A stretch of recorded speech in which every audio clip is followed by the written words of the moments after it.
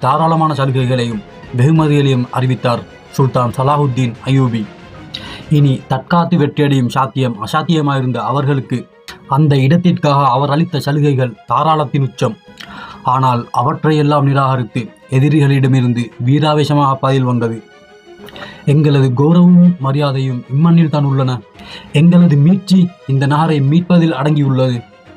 நாங்கள் இந்த நகரை கைவிட்டால் வெகு நிச்சயமாக எங்கள் மீது அவமதிப்பு முத்திரை குத்தப்படும். எங்களது மீட்பர் சிலுவையில் அறையப்பட்ட இடம் இது. எங்கள் தேவனின் கல்லறையை தற்காப்பதற்காக நாங்கள் மரணமடையவும் தயார். அவ்வளவுதான். பேச்சுவார்த்தை தோல்வியில் முடிந்தது. உடன்படிக்கை உதவாமற் போனது. இனி வேறு வழியில்லை என்றானதும் நன்றி.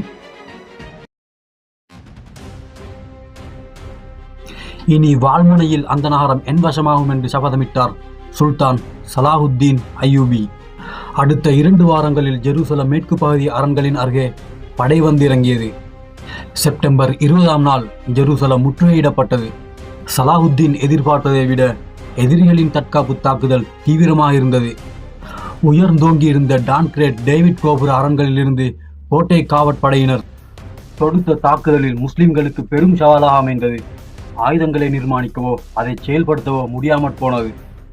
மேலும் சோதனையாக கிழக்கு நோக்கி நின்றிருந்த முஸ்லிம் படையினருக்கு ஒவ்வொரு நாளும் சூரியன் உதித்து மேல்வானத்திற்கு வரும் வரை கண் கூசி கோட்டையின் மேலிருந்து தாக்கும் வில் வீரர்களை கண்ணிடுக்கி காண்பதிலும் சிக்கல். 5 நாட்கள் கழிந்தன. இது சரிவராது என்பது தெரிந்தவுடன் செப்டம்பர் 25ஆம் நாள் முற்றுகையிட்டிருந்த தம் படையினருடன் கிளம்பிவிட்டார் சுல்தான் சலாஹுத்தீன் அய்யூபி. முஸ்லிம்களின் படை பின்வாங்கிவிட்டது. வெற்றி என்று ஜெருசலம் மகிழ்ச்சியில் குதூகலித்தது.